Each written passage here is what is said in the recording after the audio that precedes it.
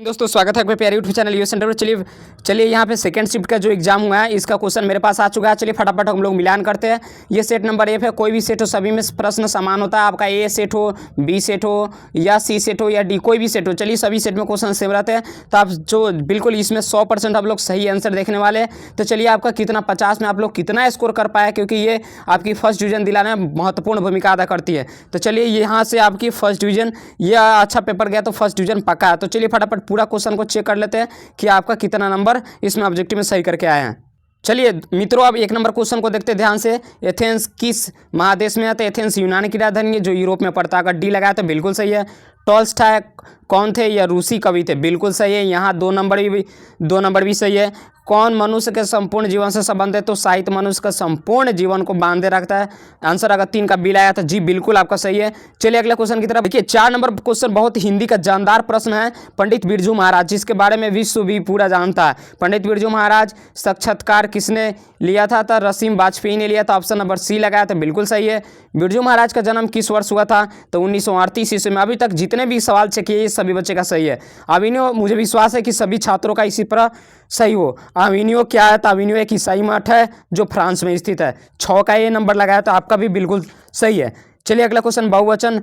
बहुवचन पत्रिका का संपादन किसने किया था? तो अशोक वाजपेयी ने किया था। ऑप्शन नंबर इसका बी हो जाएगा, 7 का बी। चलिए फटाफट नेक्स्ट क्वेश्चन की तरफ। चलिए 8 नंबर क्वेश्चन को ध्यान से देखिएगा आप लोग। 8 नंबर क्वेश्चन कह रहा है कि लेखक विनोद कुमार शुक्ल को साहित्य अकादमी पुरस्कार 1994 में। ऐसे एक्चुअल इसका आंसर 1997 होना चाहिए, लेकिन ऑप्शन 1997 नहीं है, तो आप 94 मारिए, बिल्कुल सही होगा आपका। नबत खाने में विवाद शीर्षक पाठ के साहित्य कौन सी विधा? जी हाँ, व्यक्ति चित्र है। नबत खाने में विवाद एक व्यक्ति चित्र है जो बिल्कुल सही है। अगला, कोई संस्कृति जिंदा नहीं रह सकती जब तक कि वह दूसरों की नकल करने की कोशिश करे। तो यह जब तक उसे नकल करने की कोशिश करे, तो इससे हम जब तक स्वीकार नहीं करेंगे अपनी संस्कृति को तब तक वह जीवित नहीं रह सकती। अगला, परिवार शब्द का विशेषण पारिवारिक हो जाएगा। जी हाँ बिल्कुल, 11 का बी बिल्कुल 100% सही है। अगर बी लगाया तो जी आपका बिल्कुल सही है। चलिए नेक्स्ट क्वेश्चन की तरफ बढ़ते हैं। आप लोग कॉपी या कलम निकाल कर अपना क्वेश्चन पर सही कितने प्रश्न सही हो रहा है लिखते जाइए। फटाफट लास्ट में मिलान कर लीजिए कि आपका कितना स्कोर हुआ हिंदी में। चलिए अगला क्वेश्चन को देख लेते हैं फटाफट। अगला क्वेश्चन, यहाँ क्रिया का मूल रूप क्या है? क्रिया का मूल रूप धातु होता है। सी, अगर सी लगाया तो बिल्कुल सही है। शिवम आ रहा होगा, यह किस काल का उदाहरण है? तो यह भविष्यत काल का उदाहरण है। आ रहा होगा अभी आया नहीं है। ऑप्शन नंबर 13 का क्या हो जाएगा? सी हो जाएगा। जिसका कर्म हो उसके साथ कर्म की संभावना, उसे क्या कहते हैं?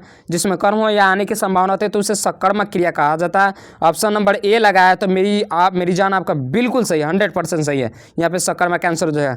क्या खाया किस क्रिया का उदाहरण है? अकर्मक, क्योंकि इसमें कर्म नहीं है। क्या खाया किसको खाया, यानी कर्म आने की संभावना है लेकिन कर्म नहीं है, तो इसको सकर्मक। क्या खाया यहाँ पे अकर्मक ही ज़्यादा बेटर हो जाएगा क्योंकि यहाँ पे कर्म नहीं है। चलिए नेक्स्ट क्वेश्चन की तरफ बढ़ते हैं। चलिए 16 नंबर क्वेश्चन को ध्यान से देखिएगा। बहुत ही जानदार प्रश्न है, बहुत ही जानदार। भीमराव अम्बेडकर चिंतन रचनाकार प्रेरक व्यक्ति थे। जी हाँ, मैंने ये क्लास के समय बताया था कि ये क्वेश्चन आपको रट लेना है, ये क्वेश्चन पूछे जाते हैं और इस साल पूछ दिया है। तो बुद्ध, कबीर और ज्योतिबा फुले इनमें से सभी है। जी बिल्कुल, अगर डी लगाया तो आपका सभी सही है।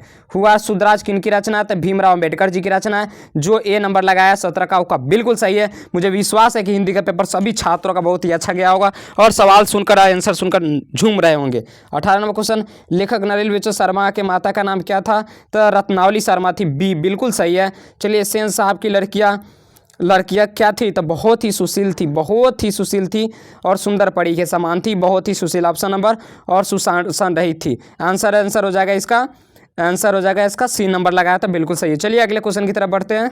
सेन साहब की 5 लड़कियां थी, सीमा, रजनी, आलो, सफाली और आरती। अगला, मदन किसका बेटा था? तो गिरधर लाल का बेटा था जो सेन साहब के किरानी में काम करता था। अगला, जिस वाक्य में क्रिया होती है या कर्ता होता है उसे क्या कहते हैं? तो उसे सरल वाक्य कहते हैं। ऑप्शन नंबर सी हो जाएगा। निम्नलिखित में कौन शुद्ध वाक्य है? तो एक आदमी को भेज दो वह कहानी। देखिए यहाँ पे ध्यान से पढ़िएगा, यहाँ तक अन्यथा गलत हो जाएगा।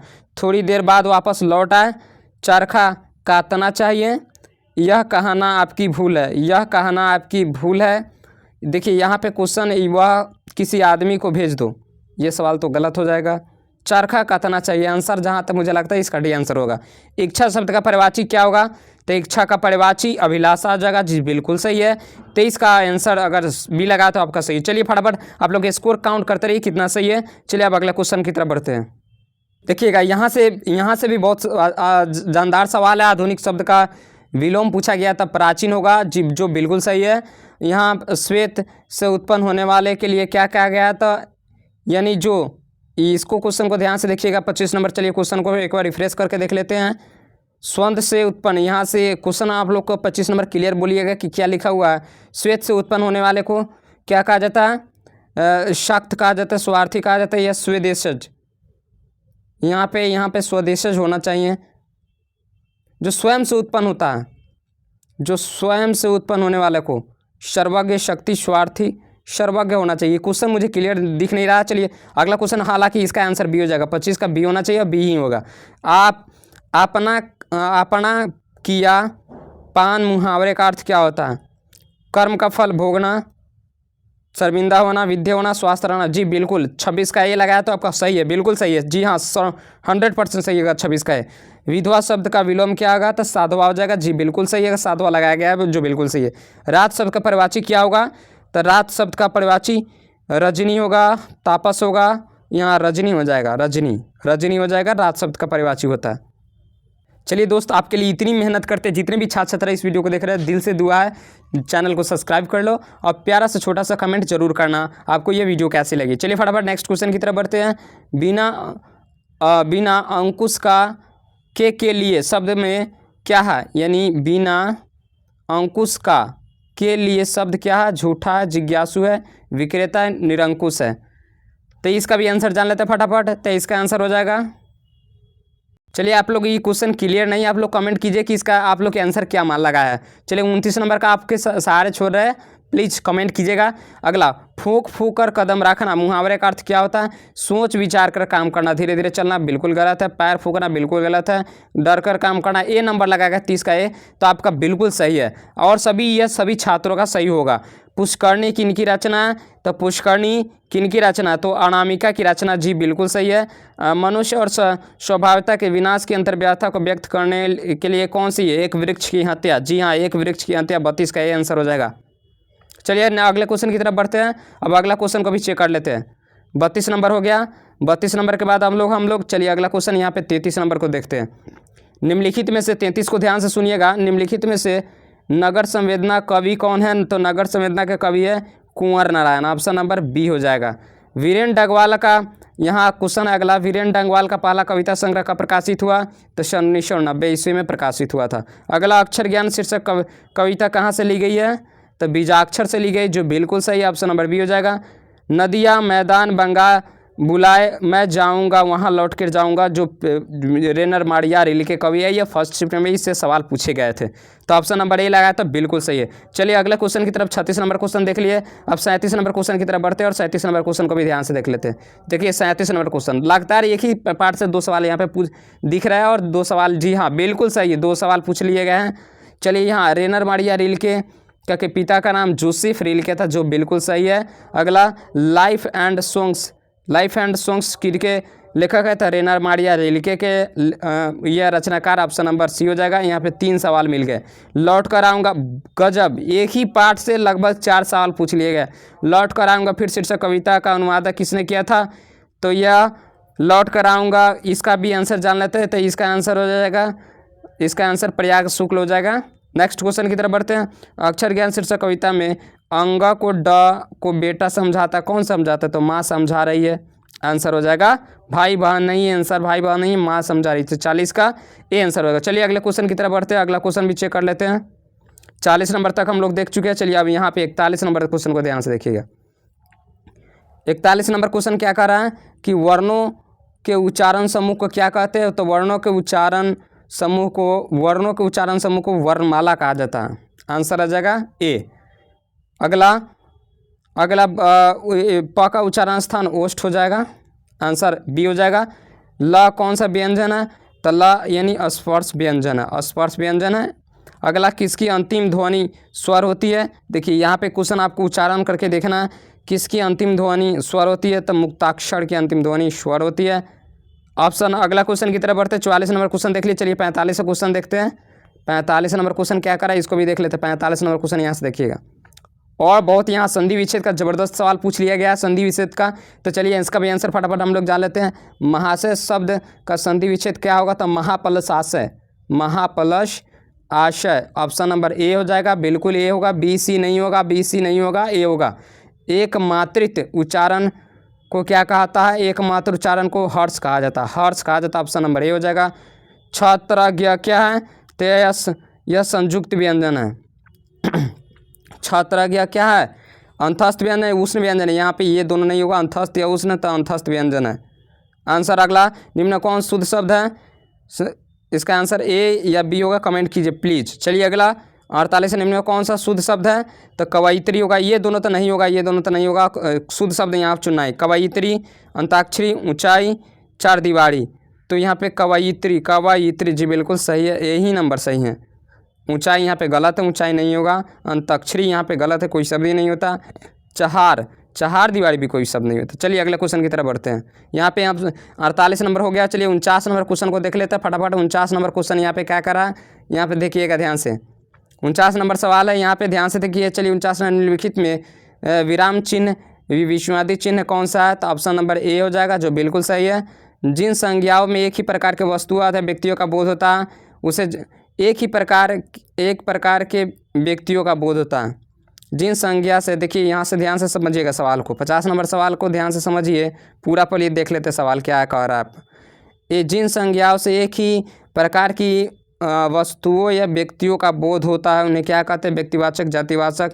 तो एक ही प्रकार के व्यक्ति वस्तु का बोध होता है तो उसे एक ही प्रकार के व्यक्तिवाचक में तो अलग अलग व्यक्तियों को बोध देती है, एक ही प्रकार के। यहाँ पे खास नहीं करा, खास कहता है तो व्यक्तिवाचक होगा, जातिवाचक यहाँ सही हो जाएगा। अगला क्वेश्चन, गुरु नानक का जन्म स्थान नानकाना साहब अब कहाँ है? जो पाकिस्तान में पड़ता है, बिल्कुल सही बात है। रस खान किस राजवंश के कवि थे? तो पठान राजवंश के, जी बिल्कुल सही है। यहाँ 52 का भी सही है। चलिए अगला क्वेश्चन हम लोग देखते हैं। 53 से क्वेश्चन देख लेते हैं फटाफट। 53 नंबर क्वेश्चन क्या कह रहा है? 53 नंबर क्वेश्चन है, चलिए इसका भी आंसर जान लेते हैं फटाफट। तिहुर शब्द का अर्थ क्या हो जाएगा? तिहुर शब्द का अर्थ होता है तीनों लोक, ऑप्शन नंबर सी। अगला, उठे विदेश सब ठाठ बाणियों विदेश, इस कहाँ का है? जब ठाठ मतलब जब यहाँ जनतंत्र का जन्म के पाठ के सपनेहु जिनसे कहो भारतीय लेस, सॉरी यहाँ भारतीय लेस कड़ा यानी भारत पाठ था, जो भारत माता कहानी है उससे लिया गया, जो काव्यखंड का हिस्सा है। तो स्वदेश पाठ का ऑप्शन नंबर डी हो जाएगा। 54 का डी हो जाएगा, डी लगाया तो आपका बिल्कुल सही है। गुंजन शब्द किस कवि की रचना है? तो गुंजन, गुंजन यहाँ राष्ट्रकवि रामधारी सिंह दिनकर जी की रचना है। राष्ट्रकवि रामधारी सिंह दिनकर जनतंत्र पाठ के लेखक है। अगला, कवि सुमित्रा नंदन पंत के अनुसार कौन अपने घर में प्रवासिनी बनी हुई? तो भारत माता, जी बिल्कुल। 56 का ये मारे हैं, जितने भी बच्चे मारे उनका बिल्कुल 100% सही है। चलिए वीडियो को दिल से लाइक करके, क्योंकि आपके लिए बहुत अधिक मेहनत करना पड़ता है फिर जाके यह वीडियो तैयार होती है, तो प्लीज़ दिल से लाइक करके वीडियो को और चैनल को सब्सक्राइब कर लो। चलिए अगले क्वेश्चन की तरफ बढ़ते हैं। यहाँ 56 नंबर क्वेश्चन हम लोग देख लिए। 57 नंबर क्वेश्चन से स्टार्ट करते हैं।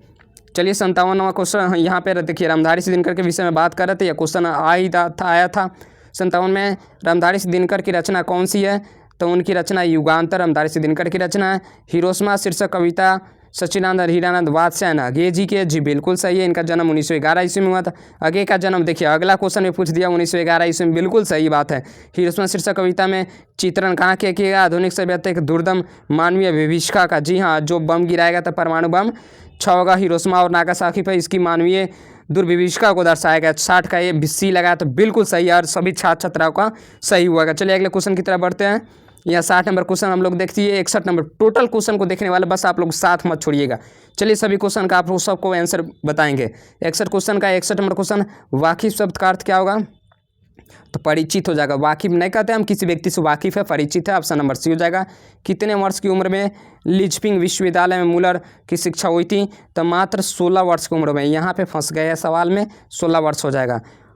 हर्षक क्या थे? तो हर्षक भूवैज्ञानिक थे।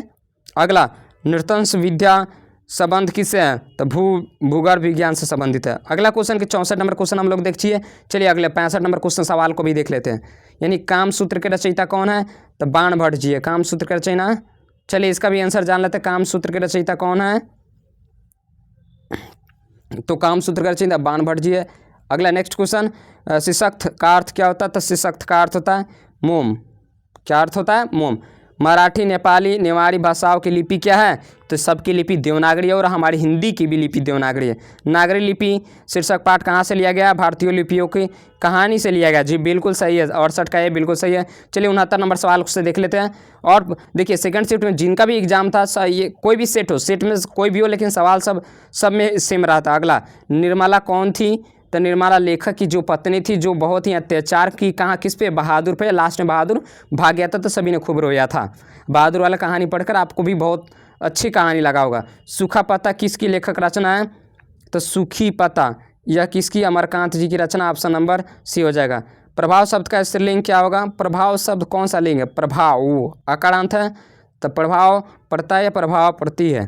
तो इसका आंसर हो जाएगा प्रभाव। अकारांत शब्द है तो पुल्लिंग ही होना चाहिए। ऑप्शन नंबर सी हो जाएगा और सी ही होगा। जी हाँ, पुल्लिंग होगा। अकारांत से इतने शब्द होते हैं, सब पुल्लिंग होते हैं। आम्र शब्द क्या है? तो ये आम्र तत्समक है, तद्भव देशज विदित तत्समक शब्द है। जी बिल्कुल, 72 का ये लगाया था, आपका भी सही है। चलिए 73 नंबर क्वेश्चन से देखते हैं। चलिए 73 नंबर सवाल को भी देख लेते फटाफट। यानी 73 नंबर सवाल देखिएगा। 73 नंबर भगवान शब्द का स्त्रीलिंग क्या होगा? तो भगवान का भवानी हो जाएगा। जी बिल्कुल, भगवानी नहीं भवानी हो जाएगा। अगला, कारक की कितने भेद? मैंने कहा था ये कारक से आपके सवाल टपकेंगे, पूछ लिए गए हैं। 8 सब कारक के कितने भेद होते हैं? तो 8 भेद होते हैं। श्याम कलम से लिखता है, कलम से तो यानी करण कारक हो जाएगा। जिसके संपर्क या कांटेक्ट का बोध हो, यह करण कारक आंसर। अगर डी लाया तो बिल्कुल मेरी जान आपका 100% सही है। नदी शब्द का बहुवचन क्या होगा? नदिया हो जाएगा। अगर ए लगाया तो बिल्कुल सही होगा, ए ही होगा आंसर। चलिए अगला 76 नंबर सवाल को देख लेते हैं फटाफट। अब बस कुछ सवाल बच गया, सभी क्वेश्चनों को देख लेते हैं सवाल को। चलिए यहाँ से देखिएगा, सूर्य शब्द का स्त्रीलिंग क्या होगा? तो सूर्या हो जाएगा। सूर्या होगा, ये सूर्यायनी हो जाएगा, सूर्यायनी हो जाएगा। 78 नंबर सवाल को देखिएगा, जब शब्द किसी वाक्य से घिरे हो जाते तो क्या कहलाते हैं? जब शब्द किसी वाक्य, यहाँ पे सवाल को देख लेते बढ़िया से, फिर इसका आंसर जानेंगे। जब शब्द किसी वाक्य में पिरो दिए जाते, जब शब्द है ना वाक्य में पिरो दिए जाते हैं तो यहाँ पे पद कहलाता है। जी हाँ, पद कहलाते हैं। पद सी लगा, 78 का सी लगा तो आपका बिल्कुल सही है। मेरा छोटा में अगला क्वेश्चन 69 नंबर क्वेश्चन को ध्यान से देखिएगा। यह मेरा छोटा भाई अमित है किस सर्वनाम का उदाहरण है? तो यहाँ पुरुषवाचक सर्वनाम, निश्चयवाचक सर्वनाम है। यह निश्चित बात कर रहा है कि ये मेरा छोटा भाई है, तो निश्चयवाचक सर्वनाम हो जाएगा। दुखी लोगों की मदद करो किस विशेषण है? तो यह सर्वनामिक, संख्यावाचक, परिणामात्मक, गुणवाचक, गुणों के विशेषण है। दुखी लोगों की मदद करो। चलिए बस कुछ क्वेश्चन बच गए, 20 मात्र 20 क्वेश्चन बचे। चलिए उस क्वेश्चन को भी देख लेते हैं। यहाँ पे क्वेश्चन बहुत ही लाजवाब हिंदी से क्वेश्चन पूछा गया, पतली हिंदी से। मांगमा क्या बेचती थी? तो दही बेचती थी। जी लड्डू जैसा सवाल था, समझिए गणपति बापा की तरफ सबको लड्डू गिफ्ट दिया गया था ये क्वेश्चन की तरफ।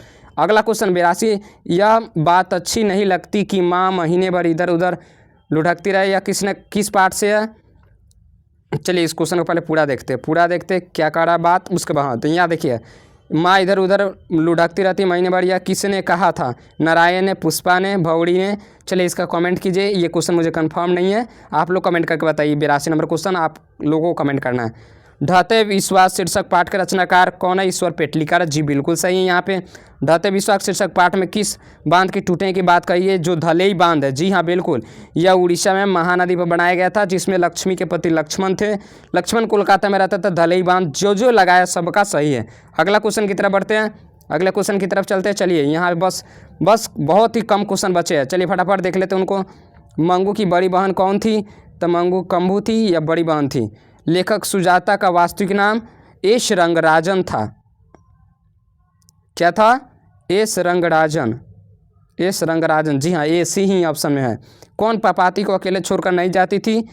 तब क्या वली अमाल जाती थी? वली अमाल नहीं छोड़कर जाती थी। ऑप्शन नंबर डी हो जाएगा। वली अमाल के गांव का नाम क्या था?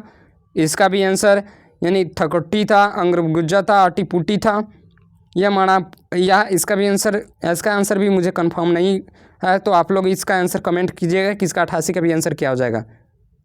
चलिए बस बहुत ही कम क्वेश्चन बचे। चलिए फटाफट इन सभी को भी देख लेते हैं। देखिए यहाँ पे बहुत ही जानदार सवाल है। धरती कब तक घूमेगी शीर्षक पाठ में सीता देकर क्या रुआसी आ गई? अपने पुत्रों को देकर, अपना काला ओढ़ना देकर, पति की तस्वीर को देकर, खाना देकर। अपना काला ओढ़ना देकर यहाँ बिल्कुल गलत लगा लिए हैं। अपने पति की तस्वीर को देकर अपनी पति की याद आने लगी, और लास्ट में जितने तीनों बेटे थे बहुत दुख दे रहे थे, जिनके कारण उनको रुआसी आ गई। धरती कब तक घूमेगी शीर्षक पाठ में सीता के बड़े लड़के का नाम क्या था? धरती कब तक, चलिए इसका भी आंसर जान लेते। धरती कब तक घूमे सीता के बड़े नारायण था। अगला, वह खा चुका है किस काल का वह उदाहरण है? तो बीत चुका, भूतकाल लगाया तो बिल्कुल सही है। उत्पत्ति की दृष्टि से शब्द के कितने भेद होते हैं? उत्पत्ति की दृष्टि से शब्द के 3 भेद होते हैं। चलिए अगला क्वेश्चन की तरफ बढ़ते, बस 8 क्वेश्चन बचे हैं, उसको भी देख लेते हैं फटाफट। 8 क्वेश्चन, जी हाँ, पूरी अंत तक समाप्त करके ही जाएंगे। चलिए अगला, वह शब्दांश जो किसी शब्द के पूर्व जुड़ता है तो उसे उपसर्ग कहते हैं। उपसर्ग पहले जुड़ता है, उपसर्ग बाद में जुड़ता है, उसको पढ़ते हैं। सुजान शब्द में उपसर्ग क्या है? तो सुपसर्ग है। जी बिल्कुल, इसीलिए मैंने बोला था कि आप लोग 22 उपसर्ग रट लीजिए। जो ट्रिक से आप लोग ट्रिक से याद कर लीजिए। देखिए यहाँ पे ए लगाया, बिल्कुल सही है। समझौता शब्द में कौन सा प्रत्यय है? तब प्रत्यय कौन सा है? तो ता है। समझ प्लस, यहाँ देखिए यहाँ पे अलग शब्द ही बचना, ता नहीं प्रत्यय होगा यहाँ पे औता प्रत्यय हो जाएगा। जी हाँ, समझ प्लस औता बोला समझौता हो जाएगा। बी लगा है तो सही है, यहाँ पे ए गलत हो जाएगा। उपेक्षा शब्द का विषय, क्योंकि अलग हटने के बाद एक शब्द सार्थक शब्द रहना चाहिए, जो बिल्कुल नहीं, ता से नहीं हो रहा है, ता से। उपेक्षा शब्द का विशेषण क्या होगा? उपेक्षिक होगा। उपेक्षिक ऑप्शन नंबर ए लगा, ए ही में दिया उपेक्षिक, ऑप्शन नंबर ए सही हो जाएगा। बस 4 क्वेश्चन बच गए हैं, 4 क्वेश्चन को देख लेते हैं फटाफट। और देखिए यह दिल की दुआ जरूर लगेगी, आपके लिए बहुत अधिक मेहनत करना पड़ रहा है, तो प्लीज़ पहली बार चैनल को सब्सक्राइब करें। वीडियो कैसा लगा कमेंट बॉक्स में जरूर करें। आप साथ बताएं आपका स्कोर कितना है, तो आपका स्कोर 50 में कितना आप लोग सही कर पाए, चलिए कमेंट कीजिए। संधि का सामान्य अर्थ क्या होता है? मेल होता है। जी हाँ, संधि में मेल होता है और गाँव में भी संधि में भी मेल होता है। परमेश्वर कौन सा समास है? तो परम ईश्वर, यानी परमेश्वर जिसे विशेष अर्थ प्रकट होता है। परमेश्वर द्वंद्व समास है? बिल्कुल नहीं है। द्विगु है? नहीं है। तत्पुरुष समास है। अगला, शिव पार्वती कौन सा समास है? द्वंद्व समास है। जी हाँ बिल्कुल। दाल भात लोटा उटा दही चूड़ा पानी पूरी सब कौन सा समास है? द्वंद्व समास है। अगला क्वेश्चन देखिए, 100 नंबर क्वेश्चन को ध्यान से देख लेते हैं। 100 नंबर क्वेश्चन मेरा क्या कह रहा है और पूरी देख लेते हैं। चलिए 100 नंबर क्वेश्चन ध्यान से पढ़िए। वाक्य के उस भाग को जिसमें एक से अधिक पद परस्पर संबंध होकर अर्थ जो देते हैं किंतु पूरा अर्थ नहीं देते क्या कहलाते हैं? तो उसे हम पदबंध कहते हैं। क्या कहते हैं? पदबंध कहते हैं। सी। चलिए मिलते हैं नेक्स्ट वीडियो में। वीडियो पसंद आए तो वीडियो को एक लाइक जरूर कर दें, एक लाइक जरूर कर दें। मिलते हैं नेक्स्ट वीडियो। आपका एग्जाम नेक्स्ट वाला एग्जाम बहुत ही अच्छा जाए, बेस्ट ऑफ लक इसके लिए। चलिए मिलते हैं नेक्स्ट वीडियो में। आज के लिए इतना ही। जय हिंद, वंदे मातरम।